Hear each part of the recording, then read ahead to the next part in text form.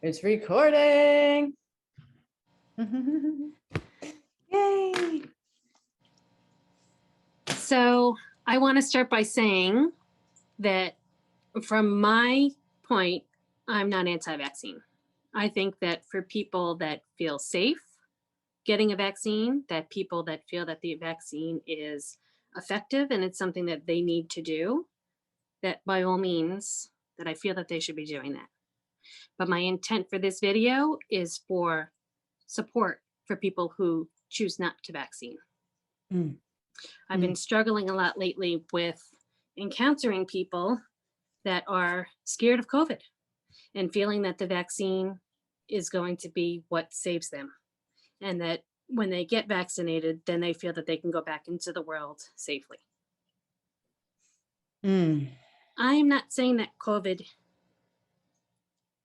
is not dangerous, because I think that for a lot of people that catching COVID has a lot of health effects for them. But I also think that there's a lot of people out there that aren't taking care of themselves, that are going to the doctors and getting pills prescribed for them, and it's masking their symptom, and that it's keeping that root cause stored in their body. And then when they catch COVID, that underlying issue that they've been having, or if they catch anything. You can't really catch a virus. So when the body is in a not pure state, it then can develop issues in so many ways, including parasites and bots and viruses and illness and dis-ease, right? Even bacteria. Right. Because we have all of these things in our body, you know, and we have an immune system. There's so much that you said in the beginning too that like hurt my heart, because it's true. I think a lot of people don't know what to do. They're scared. They're legitimately scared, and so scared and trusting of this only system that they think is there for them to go to, which is their medical. And I'm not saying medical doctors aren't good. I see a handful. It's just that they're another go-to. They're not the go-to, right? So I think when a lot of, as you're referencing to these people, right, because we're feeling this call to help, right? And when these people that are choosing to just go to the doctor expecting a script, here's the script, I'm going to give you what you need to take, call me in the morning. That's like the whole adage, right? And that's not, it's such a deeper issue than that. You know? Well, I support them in making that decision for themselves, because maybe that's all that they know, or maybe they think that that's better for them. My big issue with this is that those people that are scared are then putting that on me. And whereas I exercise, I eat healthy, I manage my stress. If I get something, I find out why I got it, and then I address that issue, and I do all the hard work that I need to do in order to be holistically healthy. So if I do catch something or I encounter anything, that my natural immune system is able to fight it off. What I don't like is that there's a group of people out there that are trying to take away my medical rights, my right in order to choose what's best for my health, that I feel that I am making the best choices, and so I'm not scared. And then to take somebody that is scared and to put their fear on me when I'm not scared, I think is grossly inappropriate and unfair to all of us that aren't scared. And maybe they feel that I should be, but that's for them. That's not for me. You can't tell me that I need to be scared when I'm not. And maybe you think that I'm being foolish and I should be scared, but the reality of it is that I do so much in my everyday life in order to support my health and my family's health, that I'm making the best choice for me. And just because it's not something that you agree with doesn't mean that it's wrong. Maybe that the vaccine is the answer and those people are making good choices and that I'm wrong. But the reality of it is that there's a little possibility out there that I'm right. And to think that there isn't another side to the coin, that there isn't another way to look at it. Like there's only one answer, which isn't for any situation ever in life. So that's what makes this so difficult to actually even function as a human that thinks like that. We're being attacked, right? But yet we want to help. We're here to help because Yeah, and there support. is a way. There is. And I think that there's also a way. I've spoken to a handful of people that have already been jabbed with the death dart, and they can still talk to me. They still have conversation, still believes one part to be true, where I still try to explain to them, well, here's everything I would suggest, right? I'm not a medical professional, but here's the research that I've done. Because like you said before, when we get sick, when there's an ailment, this is what brought you and I together, right? We came together because we were looking for the resources to say, we're not just going to rely on one person that has a paper degree from some that they paid money to get, right? I'm not saying that doesn't make them a good doctor, but still you paid the money to get the degree. What is your investment in my health actually? And a lot of them don't have that investment. And that's why we were looking for alternative means, right? Getting answers. And when you start to look for answers, you start to learn how much our body, all of our systems are working. We're so amazing. The human body is completely amazing. And if for one hot second anybody thinks that we weren't put here to fight natural disease, that's complete. But what's happening is this isn't all natural, because when it's a created patent, now everything is changing. And I think that's why there's so much fear, because it is, if people would admit, right? I personally believe it's a bioweapon. So if we have to know what can our bodies do to protect themselves against that? And I would say that, well, that then, that's where the research comes in, because all of this information is online. You can find out what the patent number is, how they're making these things, how they're making the actual virus, right? Where the variants are coming from. And then if you look at those things and look at that information, you can say, what's the best way that my body can protect itself against this? Because everybody's body is in different states. Right. Nobody's is in the same state at all. Mine isn't even in the same state as yours. Age, factors of where we live, what we eat, what we put into our bodies, what we're exposed to, how much sun, how much air, all of those things. That genetic predisposition. Oh my gosh. There are some things that are in control, and there's some things that we are not in control of, and we need to factor in all of those things. I want to comment on about doctors, because I think that we put a lot of pressure on doctors. And I think that there's a lot of people going to doctors that are expecting them to be at a different level. But the reality of it is that doctor went to school to learn how to diagnose an illness and then to prescribe a medication for it. Doctors don't go to school to diagnose an illness and then figure out where it's coming from. They don't go to school to figure out what the illness is and then how to treat it naturally.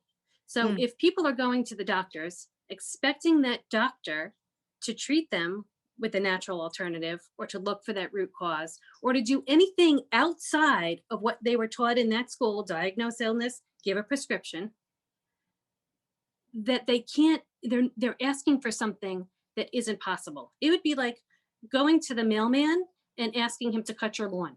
You wouldn't do that. Oh, well, you're already there in front of the mailbox. Why don't you just trim the bushes around my mailbox? That's not his job. And we're expecting the same thing from a doctor.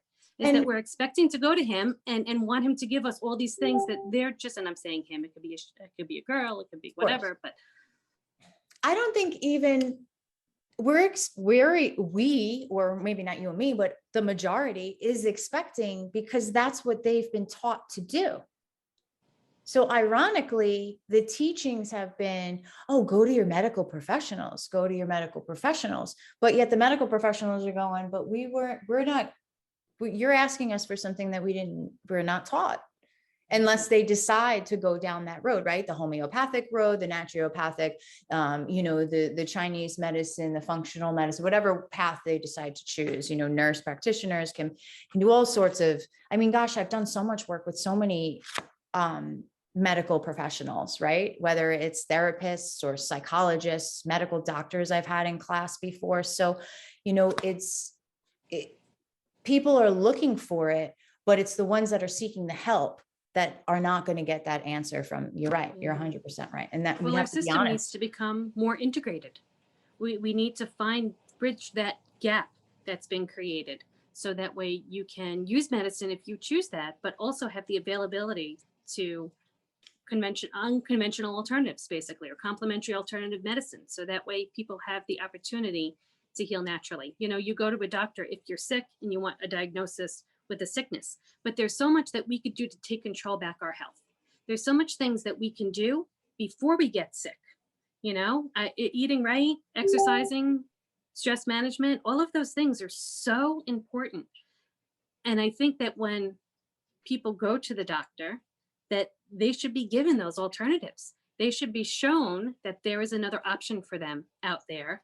Not saying don't go to the doctor, but what I'm saying is that we need to have the doctors taught that there are other solutions to them, and not necessarily teaching the doctors those solutions, because you can't be jack of all trades, master of none, right? Right. You need a Right. whole bunch of people that are great at what they're doing to learn those different trades, so that way everybody can work together and people can actually start being well. If you're sick, go to a doctor. If you're not sick, why are you going to the doctor? That's like totally beyond me, that they go to doctors for well visits. And the doctor is not taught to keep them well. That's not what he went to school for, right? Well, I did. You can find those doctors out there. They're out there, and a well visit is considered. Well, here's all the things I suggest you continue doing. So our doctor did, right? Acupuncture, drinking certain teas, getting certain scans done, reading certain books. And it was nice to have those references. I've taught myself to get to that point, to know that there are professionals out there that are doing that now. I'd love to see that grow and expand. We need more of that for sure. So when, no matter what, you could be scared of Ebola, measles, chickenpox. I think, Long Island just had a big chickenpox party. Remember those days? Yeah. If you start to research and start to, well, they're taking a lot of books away. You can't buy a lot of the books anymore. You Or can't they're find them. super expensive, hundreds Super. of dollars for books that educate you on vaccines and vaccine safety. And You can read it all on the CDC's website. I mean, when you go on the CDC's website, they have a whole list of side effects, including death. Like they tell you right on the CDC's website, which is astounding to me, that how many people don't educate themselves on that respect. Again, not saying don't get vaccinated, but I'm saying that you have the right to get this information and then have this information and still continue to make the best choice for yourself. Yeah, and I would suggest finding the package inserts to all of these, because when somebody says, and this is a little bothersome to me, when they're like, oh, I'm unV'd. I'm like, with what? Your whole entire life? Your whole, like, you're just talking this, and why are you sharing that information with somebody in the first place? But it's this adage of now we're like clean because we chose not to get this jab. But what about the schedule for the last, how many years were you alive? Did you get those? Because now you have to start looking into those. If you open up those pamphlets, or like you said, the FDA has them.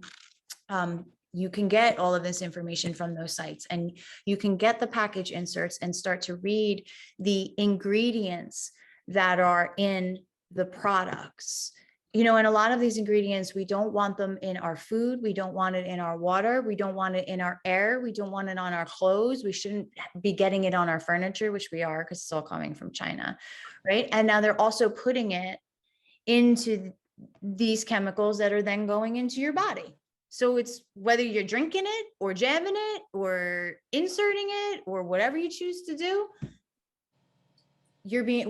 our systems are being affected by it, right? Either way, because it depends on what we're doing. It depends on our lifestyles. It depends on, are we taking that chance to put those chemicals in our body? And then are we aware of what would happen if we do what could happen if you put those chemicals into your body? And add in the factor of, because they only test directly into the body, right? Maybe if there's correct trials being done and not manipulated, because statistics can be a game. But they're not testing all the outside factors. What if you live next to a 5G cell tower? Is that going to affect you if you're putting heavy metals into your body? Has anybody tested that? I mean, we know there are tests out there. We know that people are looking at this, but have these companies looked at that? And those are the types of questions that I would implore humans that have gotten any single jab in their life to look at, because I know from my experience, I'm a retired vaxxer. And why? Because I was, listen, I'm in my 40s, so I didn't have anything close to near what my kids did, but I also started vaccinating my children. And I have spoken about this out there, and they're pretty far into their schedule, and they're 16 now. And I almost lost my child.